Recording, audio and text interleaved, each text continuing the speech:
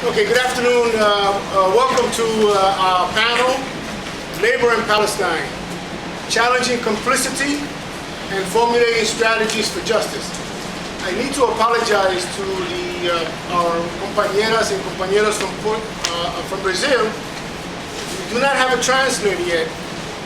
We were supposed to have a translator, I don't know exactly what. And the compañera Jaime. Ele não está na empresa agora, porque é intervalo. Assim que ele chegar, ele vem aqui. Pero me vas a acá. Ele vem com Bien. Trabaja en el correo, ¿no? trabalho no correio. Gracias. This compañera from the post office workers here is hoping to get us a translator at the last minute because we do have representation here from the Teachers Union of Porto Alegre, and we need to hear and translate them, and those compañeras and compañeros who are assisting who need translation, hopefully we'll be able to do that. But in the meantime, we apologize because we're going to have to conduct it in English until then. This panel is Labor in Palestine, Challenging Complicity and Formulating Strategies for Justice. And basically this panel is representative of people in the labor movement, representing activists who have challenged, who have addressed, and who have tried to present the question of Palestine in a very difficult arena, and that is in the labor field, which of course is unmentioned, and in this specific case of the US, a very difficult battle to bring the question of Palestine workers in particular, to the broad consensus of popular opinion. And we have before us tonight, this afternoon, representatives from Canada, from Brazil, from Scotland, and from the US. And we also have the representatives from Brazil. So I'm gonna, without further ado, proceed on the panel, and I would like to welcome Illian to open up. Illian Burbano is a representative of Labor for Palestine, Ontario, and also a member of the Canadian Public Workers Union. Thank you. Yeah. Oh, yes. First of all, I just wanted to thank Jaime and the other organizers for organizing this panel. The role of the labor movement in the Palestine solidarity struggle is very, very important and critical. It has played an important role in Canada, which is what I want to mainly speak about. There has been important openings and successes in terms of Palestine solidarity organizing in the labor movement since around 2006. It's important for us that are active in labor to understand that these openings do not occur in a political vacuum. In my own union, in QP, in the Canadian Union of Public Employees, which is the largest public sector union in the country, these openings were preceded by years of internal organizing, important education work. The British Columbia wing of my union, QP, did some important educational work and published and printed and distributed a book amongst our membership called The Wall Must Fall, and that was important work that was done, as well as motions and resolutions that have been debated in our union since probably around the year 2000, including debates around Palestine that have reached the Canadian Labor of Congress, as well as various provincial conventions of our union, QP. Something else that's important to think about is that the organizing that we do inside labor is impacted by its connections to the broader Palestine solidarity movement. In Toronto, in the particular case of Toronto as well as Canada, the broader Palestine solidarity movement has grown steadily in scope, in terms of coordination over the last several years in direct response to the Palestine 2005 calls for the boycott, divestment, and sanctions movement against Israeli apartheid. And that has impacted the work that we've done in QP as well as in other unions. And I think it's important for us to always remember that maintaining the link in terms of the work that we do in labor around Palestine solidarity, but also maintaining links with community organizations that are active in Palestine solidarity work is an important strategy, and we have to sustain this link in terms of advancing this movement forward and to make it more effective.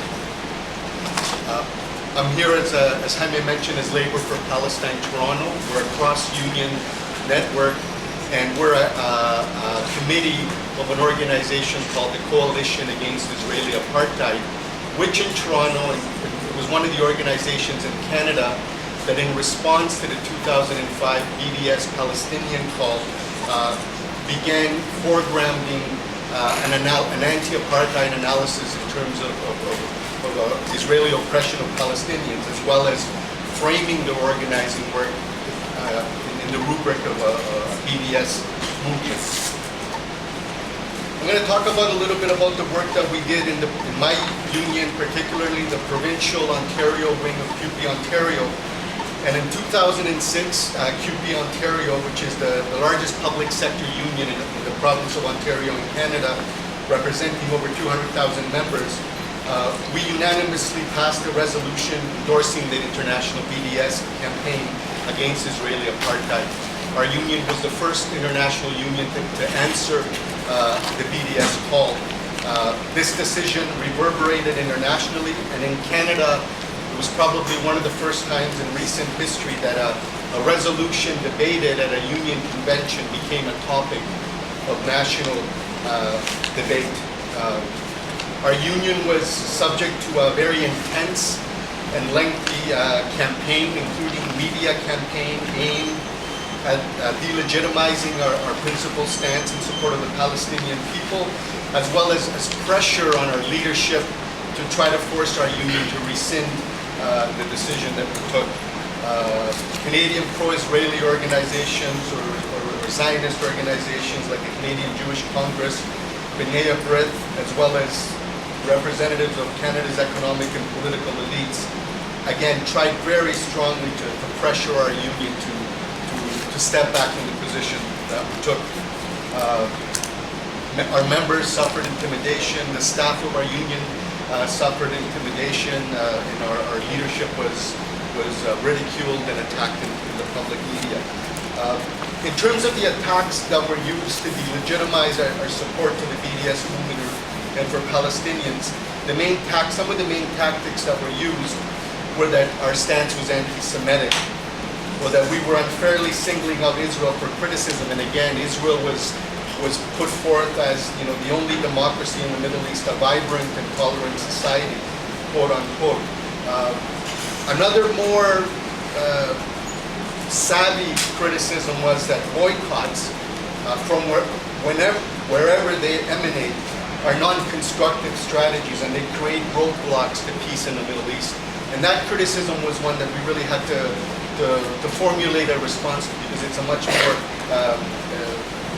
subtle and I think a more intelligent critique. Something else that also was used against us was that our union should stick to servicing our members in terms of collective agreement and wages, that we should not be delving into complex international issues in the Middle East, and kind of reinforcing that the role of our movement is business unionism and servicing our members. And CUPE Ontario's stance in support of BDS and in support of the Palestinians directly challenged that model of business unionism, which I think is prevalent not only in Canada, but probably in North America and in other parts of Europe. Interestingly, in terms of the criticisms that our union faced, our critics purposely ignored contesting directly or in any substantive way the apartheid analysis and the comparison between Israeli apartheid and South African apartheid. And something else that's really important, and that's important for us to highlight when we do this kind of work, is they always ignored the fact that the call for BDS did not originate from CUPE, that it originated from over 175 Palestinian civil society organizations and the labor movement. And that sort of racism in terms of invisibilizing the presence and the agency of the Palestinian people is a constant that we need to contest when we do this kind of work. The most important achievement of our union passing this resolution is that we were able to carry out a very comprehensive member-led educational campaign We printed and distributed about 4,000 bilingual English and French booklets that outline the goals and demands of the BDS campaign. We compared Israeli and South African apartheid, as well as maps detailing the Bantustans in both areas, as well as highlighting the plight of Palestinian workers, lack of freedom of movement, lack of services that Canadian trade unionists take for granted, as well as the high level of unemployment and lack of jobs. This member-led educational campaign is considered one of the most comprehensive in the union's history. And again, it challenged the model of business unionism that is prevalent in a lot of our unions. The Canadian labor movement makes a lot of pronouncements, passes a lot of resolutions on many, many issues, local, national, and international, but it's more the exception than the practice that there's actually a viable implementation of these resolutions. So the work that QP Ontario did around this struggle was very important. In terms of this work not happening in a vacuum, shortly after QP Ontario passed its resolution, it opened things up internationally. In other unions, for example, we passed our resolution in May 2006. In August 2006, the CUT here in Brazil passed a similar BDS resolution or a BDS resolution. The Congress of South African Trade Unions did so as well. In August of 2006, a couple of months later, the Irish Congress of Trade Unions in July 2007. And then in Canada in 2008, the Canadian Union of Postal Workers, my brother Mike Palacek is a representative here from CUPW. They became the first national union in Canada to pass a pro-BDS resolution. And since then, there have been political openings in different pockets of the Canadian labor movement. The Vancouver and District Labor Council passed a similar resolution in June 2010, as well as a confederation of municipal unions in the city of Montreal, representing over 80,000 workers, the CCMM-CSN. They passed a similar resolution in May 2010. And there have been other openings in the Canadian labor movement. The challenges, even though we've had these openings, important openings since 2006 in the Canadian labor context, the challenges that we're facing in Canada particularly is that Canada, especially among its corporate elite, its political elite, has very deep historical roots, and there's a staunch ideological support for the Israeli state and its colonization project over Palestine. To go back in history, Lester Pearson, a renowned Canadian politician, chaired the committee that established the United Nations Special Committee on Palestine, UNSNOP, and he and other Canadians played a key role in moving forward the 1947 partition of Palestine. Canada, despite the myth of it being a peacekeeper since the 50s and 60s, the Canadian government of all political stripes has sided consistently with Israel in any deliberations in international forums and the United Nations. In 1997, the Canadian state signed its first free trade agreement outside the Western Hemisphere with Israel.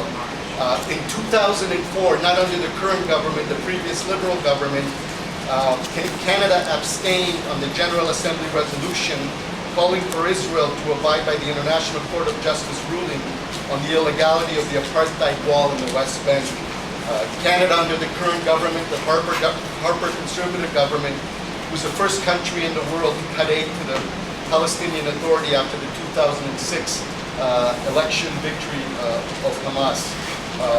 And support for Israel for its colonization project of Palestine has solidified and strengthened under the current conservative government of Stephen Harper. So as you can understand, doing Palestine organizing work is difficult in this political and social context that we're in. Some of the challenges, particularly in labor movement, what we learned in our experience in QP Ontario is that the ideological support for Israel and its colonization project of Palestine is not widespread among rank and file and leadership of the union. For example, when we passed our resolution in May 2006, the broader labor movement mainly remained silent. There was one labor leader, the former president of the Canadian Auto Workers, Buzz Hargrove, who wrote an op-ed piece in a national newspaper criticizing our stance. But generally, the broader labor movement kind of stayed silent. They didn't criticize us, they didn't support us at that time. The barrier in the labor movement, more than ideological support or staunch ideological support for Zionism amongst the rank and file, is lack of education. And then there's also a fear, particularly amongst the leadership, that if you address this issue within the union structures, you will be subject to intense pressure and an intense campaign like other unions have. The policy of the Canadian labor movement broadly, on paper, is fairly decent. It's not a BDS position, but it's decent. It's the end of the occupation, dismantle the wall, support a peace process, but there's no strategy for action or implementation. And the threat of BDS resolutions is not so much in the content, but more in the fact that they're prescribing that the labor movement take some action and examine its own investments, its own interest in Israeli apartheid, and challenge that complicity and move forward. So the challenge of BDS motions that have been passed is more that it prescribes that the labor movement has to take action, move forward, educate its members, and not just make a pronouncement on paper. Just to end, as Labor for Palestine, we've also been working in a kind of a broader network. In the past recent months, we've been meeting as union activists, QP, CUPW, and other activists, as well as activists in the broader Palestine solidarity movement. And what we're trying to do is to develop a national network. We're not huge, but we're a link nationally where we can improve our coordination in terms of the education work that we do, as well as try to see if we can develop some kind of coordinated divestment campaign, which has not happened in the Canadian labor movement. And we're also interested in organizing a representative, as much as possible, union delegation from Anglophone Canada as well as Quebec to Palestine sometime in 2013.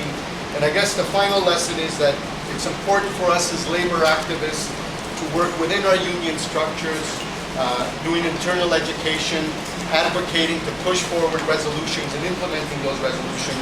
But it's also important for us to be active across union structures and outside union structures in the community, in alliance with community organizations. And I'll leave it at that.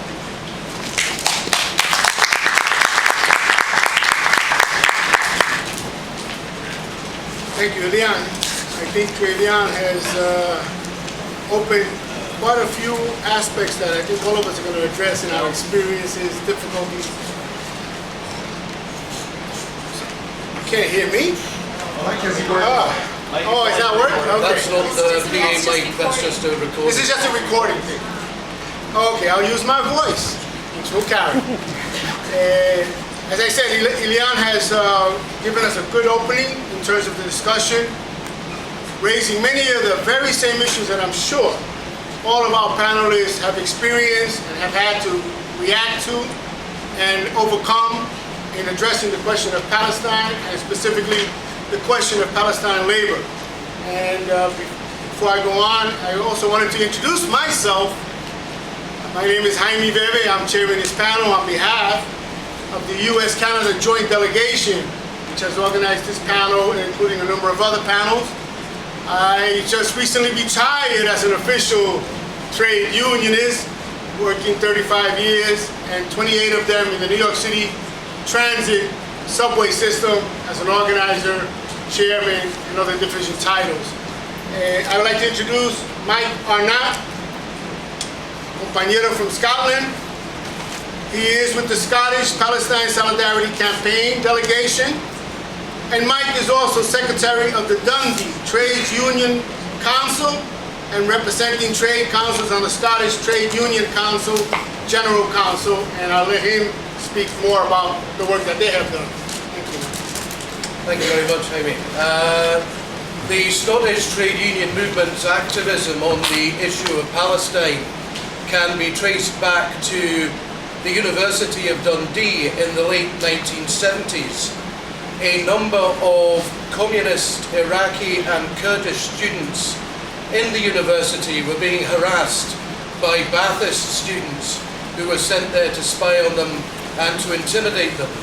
Now, the Labour and Communist students in the university were able to assist them and able to minimise and eventually eradicate the intimidation, have to admit it, by using a bit of intimidation of their own on the Ba'athist representatives. But the question was then asked of the Iraqi and Kurdish leftist students, what can we do for you? And their response was, don't do anything for us, do something for the Palestinians. Contact was then made with Palestinian students on the campus, over 100 Palestinian students at the University of Dundee at that time. And the issue and the cause of Palestine and the Palestinian people was then taken up by the trade union and labour movement in the city of Dundee. In 1980, a motion calling for the recognition of Palestine's right to self-determination was tabled by Dundee TUC at the Scottish TUC Congress. And in the following year, the Labour-controlled city of Dundee twinned with the city of Nablus and flew the Palestinian flag from the city chambers, and it still flies in the city square to this day. The first official STUC delegation went to Palestine in 2001 during the Second Intifada as guests of the PGFTU. And in the last 5 years, activity has increased with the call for support for BDS and the criticism of the role of the Histrodute, leading to the STUC sending a major delegation to Palestine in 2009, including the General Secretary and representatives of all the major unions. The delegation's report was presented to the following Congress, where a motion on BDS was unanimously passed, and the STUC went on to publish this information pack, an education pack, a guide to activists, and a guide to other affiliated trade unions on taking forward BDS within Scotland and within the trade union and labour movement. Attempts to get the STUC to officially withdraw recognition from the Histrodute have not been successful, partly due to the lack of a clear call from the PGFTU leadership for derecognition to take place. But pressure on Histrodute continues, and the STUC General Council has agreed to keep its relationship with the Histrodute under review. With the assistance of the Scottish Palestine Solidarity Campaign, 4 trade union organisations submitted 4 motions on Palestine to the 2012 Scottish TUC Congress, which was held last April, and all 4 were unanimously passed. They were against the Jewish National Fund and for its charitable status to be withdrawn, supporting those who participated in the Welcome to Palestine 2012 initiative and calling for an end to the siege of Palestine, endorsing the World Social Forum Free Palestine, supporting the Palestinian hunger strikers and calling for an end to administrative detention, and recognising the solidarity work of the Scottish Fire Brigade Union with Palestine. And this is another important example of solidarity. The Scottish Fire Brigade Union's work includes sending firefighting equipment to Gaza after Operation Cast Lead, organising in 2009 8 firefighters from Nablus to come and train for 4 weeks at the Scottish Fire Service Training College and also at Fire Brigade Training Facility in Manchester. And the Tayside Fire Brigade Union recently sent 2 fire engines and firefighting equipment to Nablus. Much needs to be done and policies can be passed, although we know that policies in themselves, they can send an important message and a powerful message both to the Palestinian people and to those opposed to the liberation of those in Palestine. But they must also result in concrete action. But solidarity links between workers in Palestine and the rest of the world can be developed between similar union branches, between workplaces and industries. And we're here today to share our own experiences and learn from others, and to help mobilize the forces of organized labor in solidarity with the Palestinian workers, their families and communities. Thank you.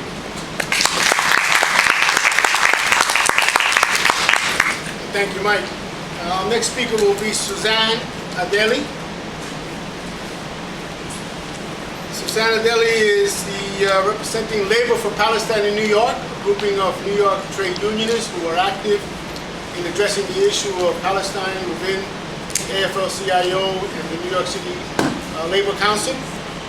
She is also a member of the Middle East North Africa Labor Solidarity Committee, and also on the International Committee of the National Lawyers Guild, and also a member of Al-Awda, the Right to Return campaign. And so, with no further ado, Suzanne.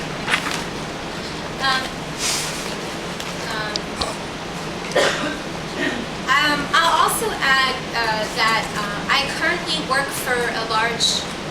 Okay, louder? Okay. Yeah, that's I'll also add that I work for a large U.S. union called the United Auto Workers, which I'm obviously not representing today. And what I do for them, I have been doing for them, is facilitating partnerships and projects with other auto workers in other countries, mainly in India. I've also done some work in the Middle East for them. I'll sort of touch a little bit on that, how sort of the perspective that I've sort of been seeing from doing that kind of work in terms of our ability to continue this sort of BDS movement and the labor movement towards the end. So I'm a member of Labor for Palestine, which was created in 2004 in New York. And it was created through the efforts of 2 organizations. One, which was the New York City Labor Against the War, which was started after 9/11, September 2001. And Al-Awda, which is the Palestine Rights Return Coalition New York chapter, which I've been a part of since 2000 when it was founded. And the work of the Labor for Palestine, a lot of it is educational, a lot of it is putting out statements in support of labor movement in Palestine, but it's sort of mainly about bringing boycott and divestment to the labor movement in the U.S. And it promotes sort of a complete cutting off of relationships with Histadrut, and it promotes also the idea of the full decolonization of Palestine, supporting all rights, including the right of return,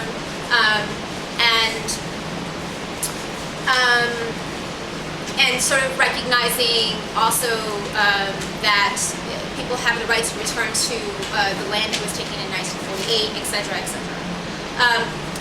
And Labor for Palestine was one initiative of many that started sort of in response to what I would say is, in a lot of ways, an extreme relationship between the U.S. labor movement and the Zionist project in the state of Israel. Labor officialdom, or let's say large labor institutions in the U.S. have had a very strong relationship with Israel. They've been one of the staunchest defenders of Israel and the Zionist project since the early days of labor. And that relationship was facilitated very much by Histadrut, which, especially at the time that it began its relationship with the labor movement in the early part of the 20th century, was really not functioning as a trade union. It was functioning as a state-building project for Israel. Ben-Gurion was the first chairman of Histadrut, and he himself said that the state of Israel would not have been possible without Histadrut, or building the state of Israel would not have been possible without Histadrut. They also founded Irgun, which was Israeli terrorist organization, early one, and they also, Histadrut also led to the founding of the first Israeli armed forces. And so Ben Gurion is one example of the dominance of labor Zionism or left Zionism that was part of the early sort of colonization project of Israel, and continued to have both dominance or participation in what would be subsequent war crimes by Israel and the realization of the Zionist project and the colonization of Palestine.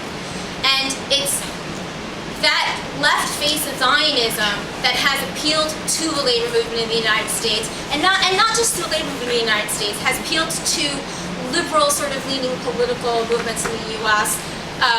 And other sort of social justice movements in the U.S.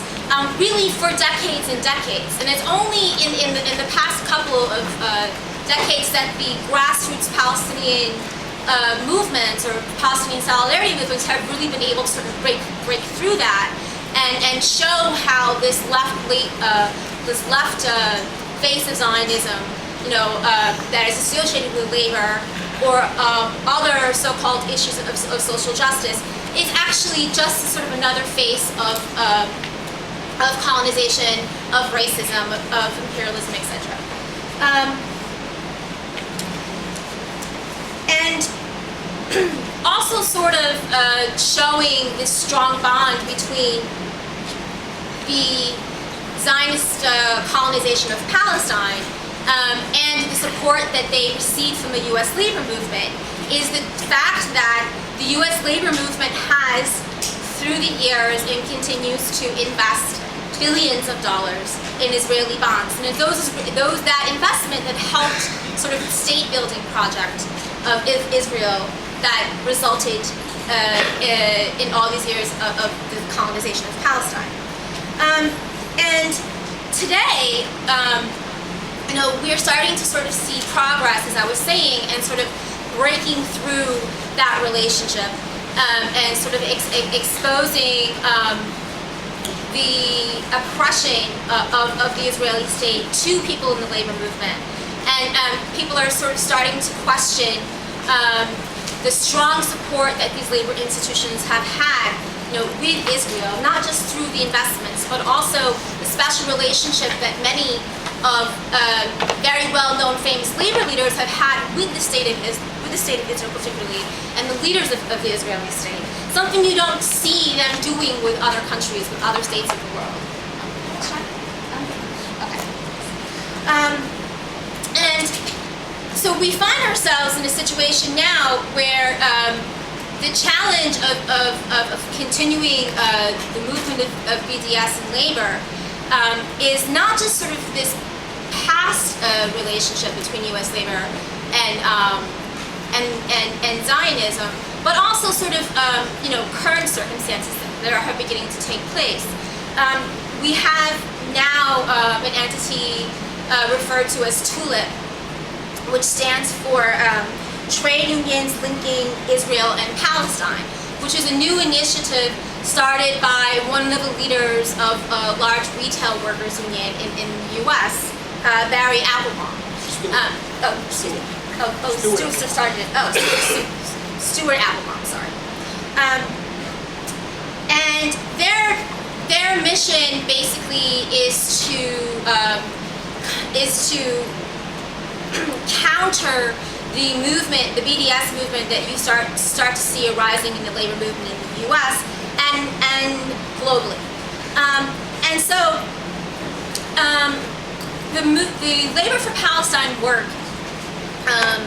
has been starting to get more support in different areas of the country and in different sort of aspects of the labor movement in the U.S.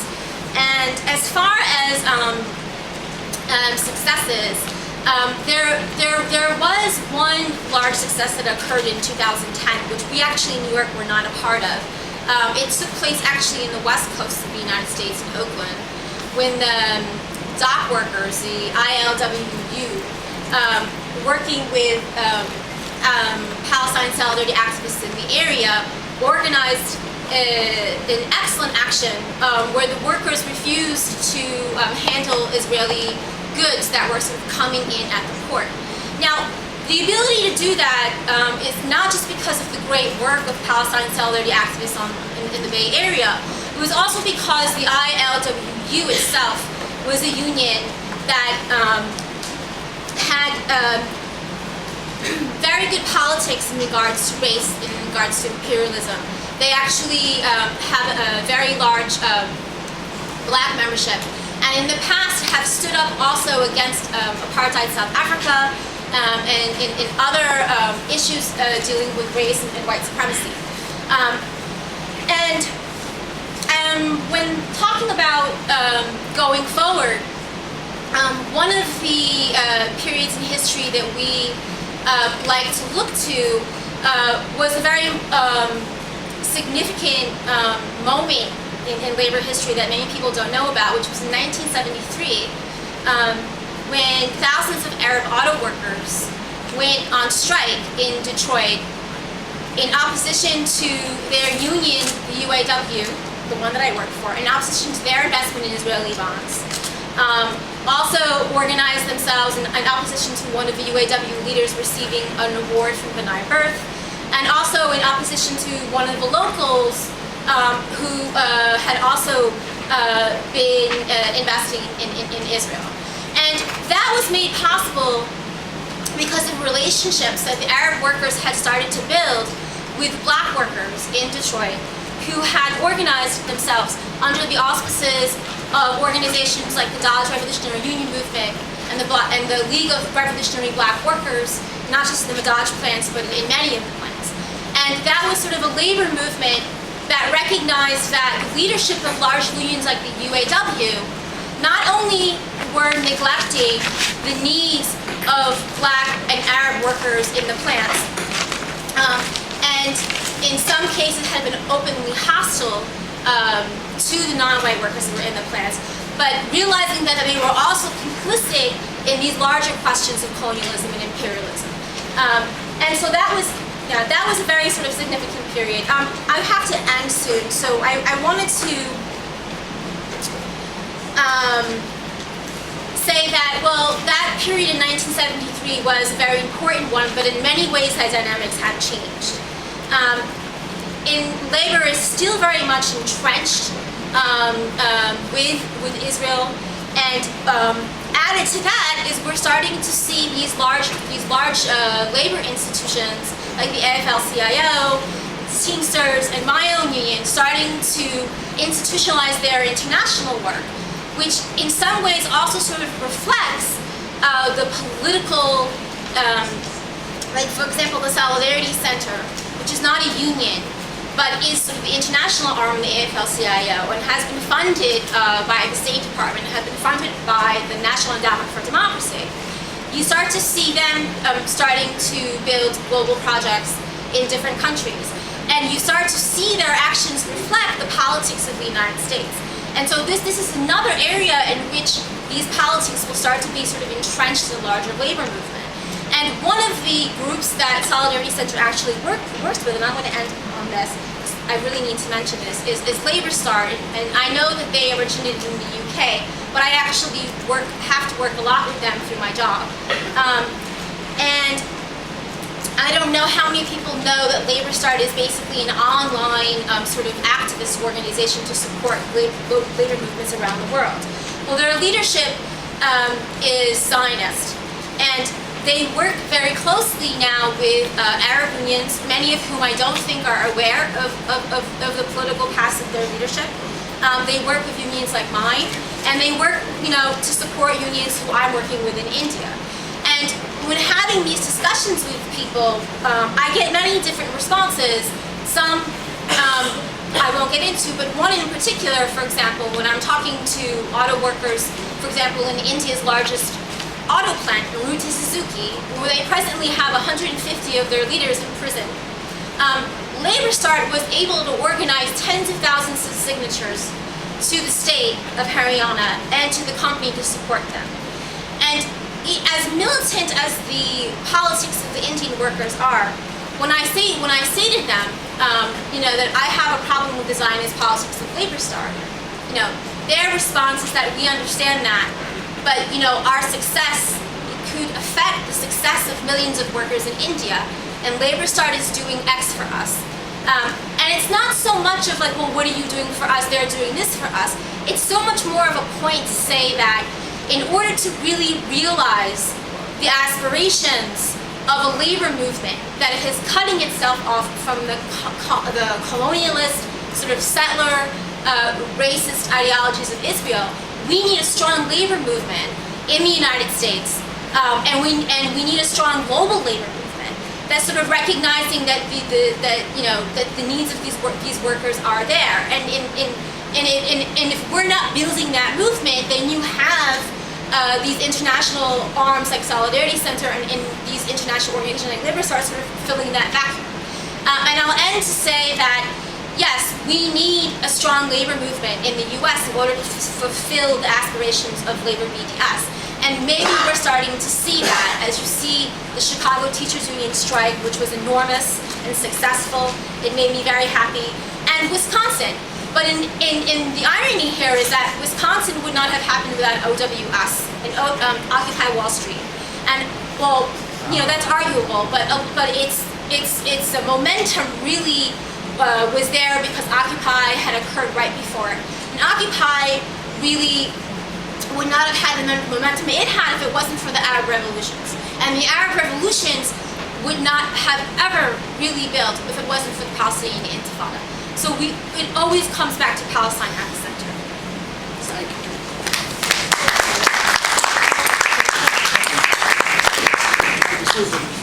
Susan was referring to the Longshoremen Workers Union of San Francisco, Oakland. And that action was part and parcel of a number of actions around the world in stopping Israeli ships from unloading in respective countries.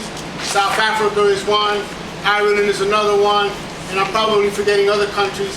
And this is part and parcel of the struggle to boycott, divest, and sanction Israel.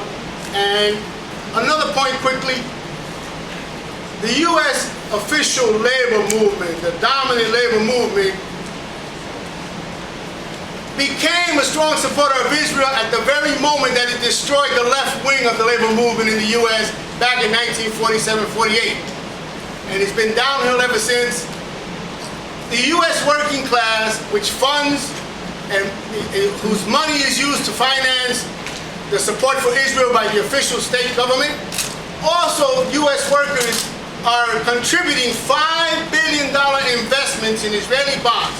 $5 billion without their knowledge, without their input, without debate, without question. And I fought this for 20 years in my union, and it was always the unmentionable issue, the holy grail that you could not address.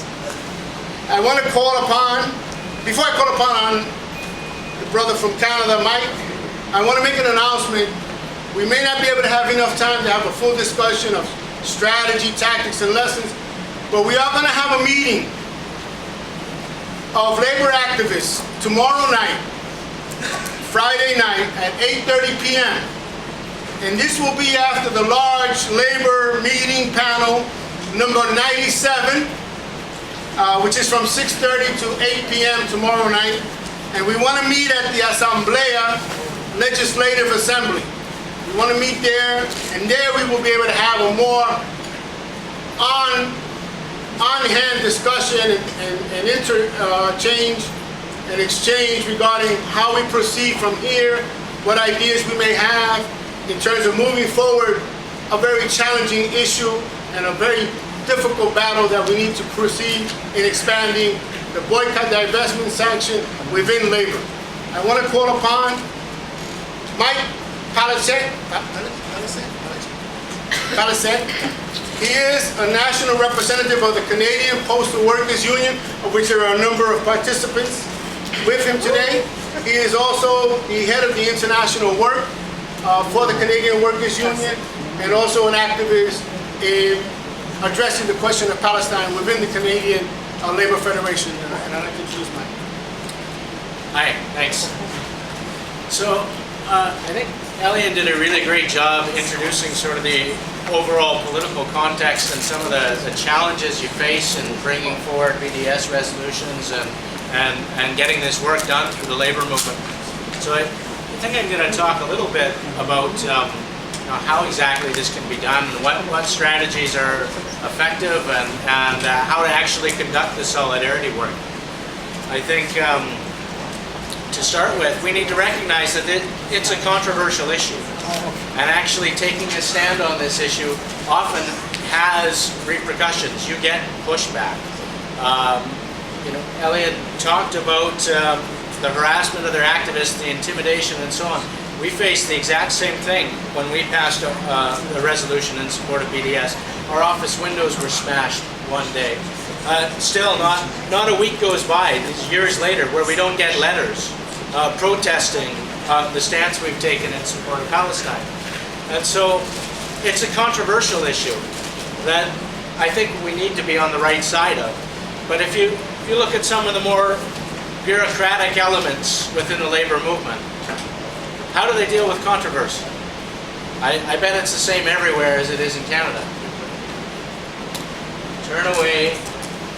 They try not to address it.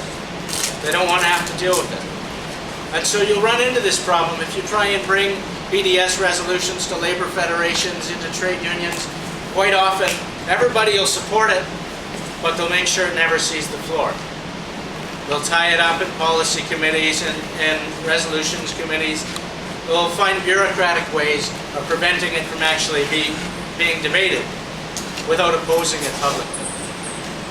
So how do you counter that? I think the only way to do it successfully is to build a movement from the rank and file, to educate the rank and file members to the point where they'll demand that a resolution be heard on the floor, so that it's not just a handful of activists, but the overall floor of a convention demands that a resolution be addressed. That's when you will see things move. And so you have to start with basic education on the issue.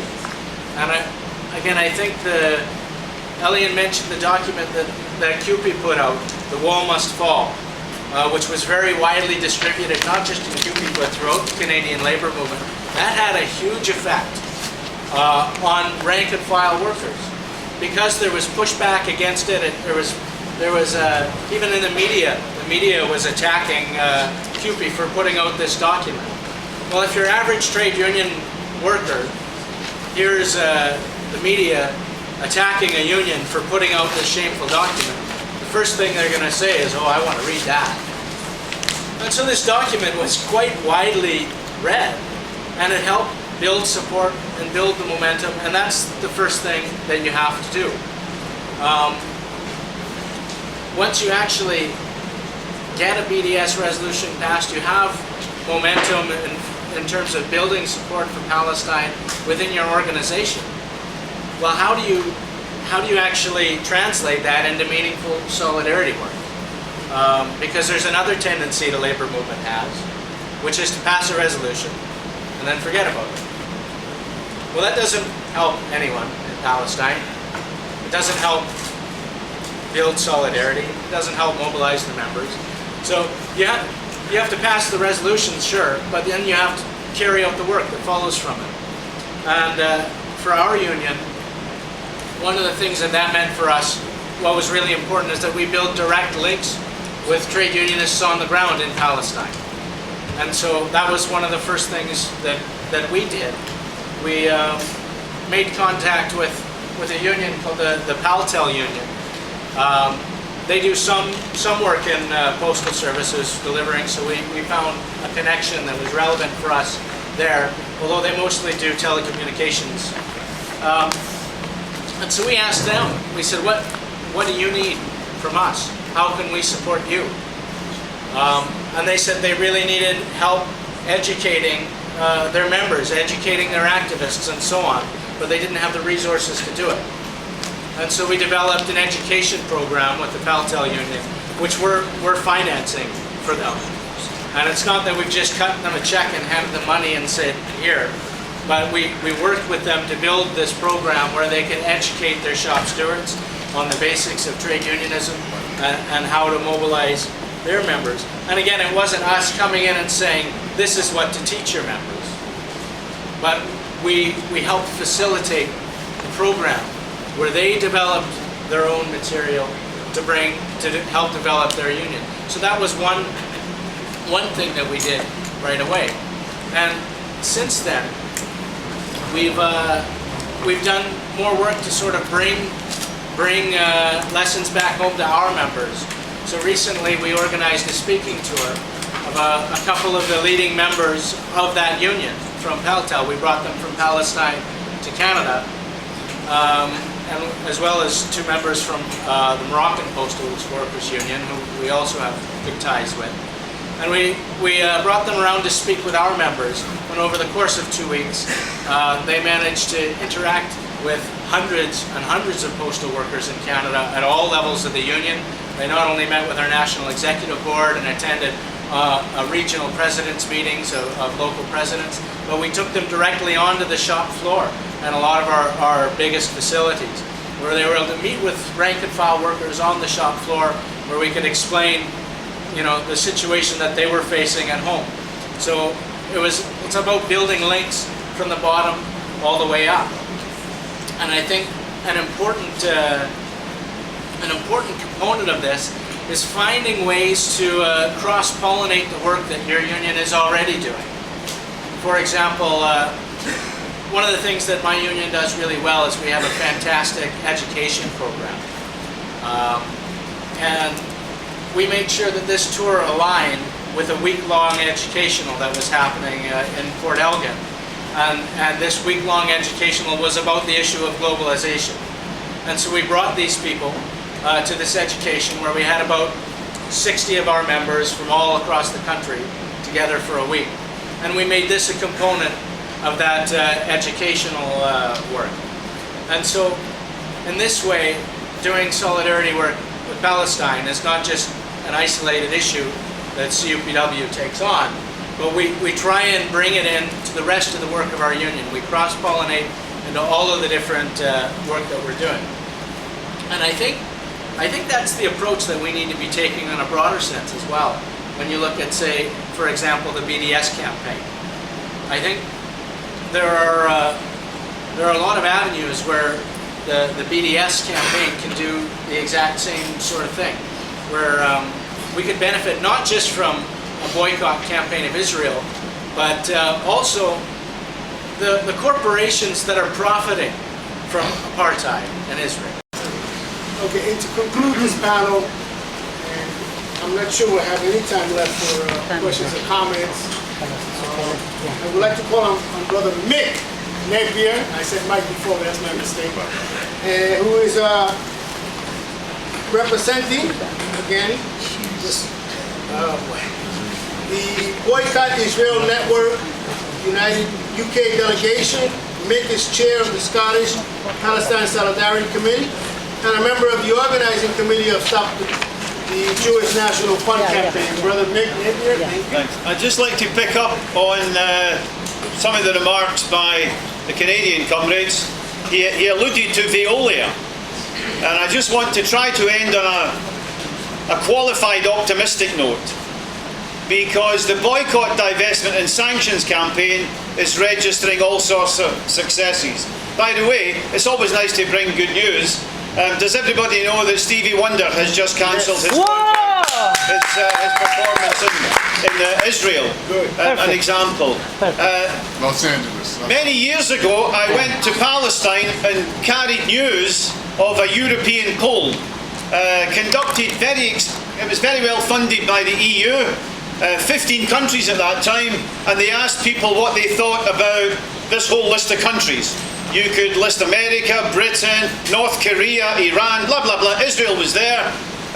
Which country do you think is the greatest threat to world peace? 59% of Europeans from Lithuania to Dublin chose Israel. And the response of the Israeli government was to say, well, Europe's awash with anti-Semitism, blah, blah, blah. Yeah? Now, I think that the basic soil, the basic public opinion that we work with is extremely sympathetic to what we have to say. Yes. And that many doors are there to be pushed open. I don't think that it's a controversial subject in most of Europe. It's much harder to fight on this issue in places like Canada and the USA, but I think that doors are open, trade union doors are open wherever you go in Britain and many, many parts of Europe. And the figures, the hostility towards Israel has obviously increased with Operation Cast Lead and with the latest massacre.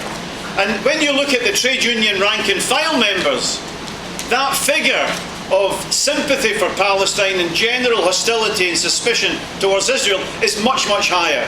I think it's really important for all Palestine solidarity groups of any sort to see trade unions as their best ally, and to see that trade unions do a fantastic job for us, if I can put it that way as a trade unionist. Trade unions, when they organise a demonstration, concentrate those people in the community who give their free time, who have a broader vision of things, who are prepared to sacrifice their time by going to boring meetings to better the conditions of their brothers and sisters. And it's our natural constituency, and I do suggest that Palestine solidarity groups should never miss a workers' demonstration without leafleting it and trying to broaden the interest and the concerns there.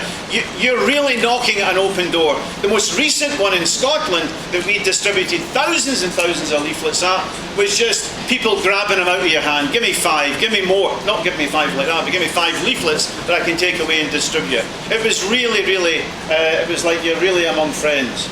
And when you compare that with, I mean, I mentioned some good news about Stevie Wonder, but when you compare that with the position of our government, I mean, I actually have a Canadian passport. You know, I'm not proud of it. I just got one ages ago. Got a British passport and a Canadian passport, a real double whammy, yeah? What the hell do you need after that? A Syrian passport, probably, right? To get really dirty. Look, Gordon Brown, our past Chancellor, he goes to Palestine and he comes back and he says, he's not very original, he says it's the economy stupid, yeah? And he calls for investment in Palestine. Don't talk about the wall, don't talk about all the horror that everybody here is familiar with. We need investment. What does he mean? He means that, I forget the name of the city, I've been there several times, up in the northwest of the West Bank. There's one tunnel that goes into this city, right? Israeli-controlled tunnel that goes under a road. Gordon Brown wants a servile labour force completely surrounded by Israeli checkpoints, coming in and out of their town through a bloody tunnel to go to some sweatshop. That's the investment. And then at the end of the day to go back through Israeli checkpoints, a servile labour force. And obviously British workers, other workers, trade unionists can be organised to oppose that. And today, the complicity of our governments, of my own government, you could probably go into a competition here with Canada and the USA to say that it's even worse there.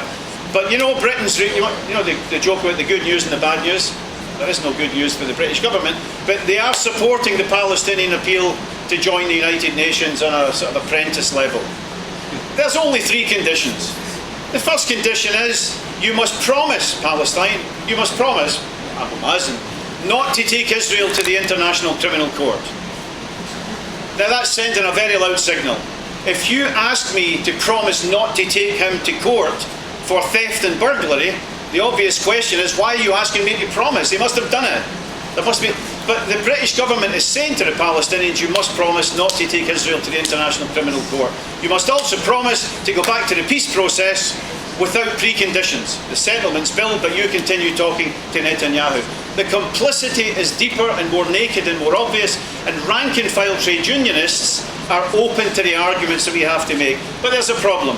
My own union, the Educational Institute of Scotland, is an educational union. We voted, I moved one motion one year, we voted virtually unanimously for boycott. I mean, really, I think it was 500 to 3 or something like this. Nothing ever happens. And those of us who try to organise boycott activities on the basis of emotion come up against all sorts of objections. It was alluded to by comrades earlier. But I just end on this. That You mentioned Veolia. Veolia lost 3 billion euros contract in Stockholm, 700 million in Melbourne, I believe, and we also got them knocked off the list in Edinburgh and a few. They seem to be losing bids all over Britain for sure, and way beyond. But Palestine solidarity groups have to learn how to work with trade unions. Because when some of us made a presentation to Edinburgh City Council to bump Veolia off the list of bidders because of their crimes in the West Bank, we have to work, and we're happy to work with the main union there, Unison. But Unison, as somebody alluded to, unions fighting against privatisation. Unison's fighting to keep the jobs in the public sector. So we have to work out something. We have to negotiate with the union. We cannot simply say, bump Veolia and give it to any other private contractor that you want. We have to develop an alliance with the union to say we want it kept in the public sector. And we have to learn how to develop partnership like that. When we did that, I'll just end with what we thought was a funny story at the time, but it's a really lovely story. We're doing a demonstration one day, we're marching back with flags flying after an unconnected issue, and the bin men lean out of a lorry and shout in the main street in Edinburgh, "Death to Zionism." Now, we're not used to that level of political education among the street cleaners, but what it was, they understood, they're Unison members, and there was an element of irony, but they understood very well that our campaign in support and solidarity with the people of Palestine, and their campaign to keep the emptying of the bins in the public sector, that we had a commonality. So I would say one thing, Israel is dirtier and dirtier in public opinion with every year and every massacre that passes. The great majority of the public are sympathetic to us or neutral. Trade unionists, it's even better. I don't want to underestimate the problems of organising in trade unions and bureaucratic ability to stymie initiative, but I think the future's with us. Thanks very much, comrades.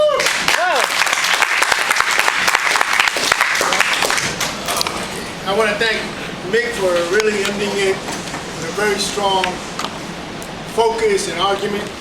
I want to thank all the panelists, thank Casari and Compañero for translating. Really, you saved us because we did not have an official translator. So we appreciate your attendance. We apologize again for not being able to open up for a fuller discussion.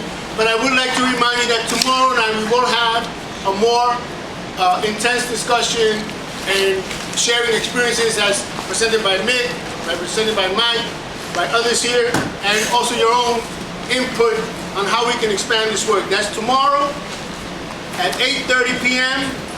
after the large labor panel number 97, which is from 6:30 to 8 p.m.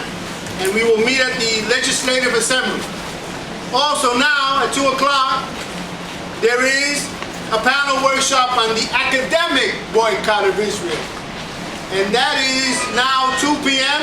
to 4 p.m. at the Sindicato dos Bancarios Auditorium. And that is at Rua General Cámara 424. It should be on the program. Yes. Okay, so again, we'd like to welcome you to that. Welcome you to the meeting tomorrow night. And onward to a successful World Social Forum. Free Palestine. Thank you, everyone.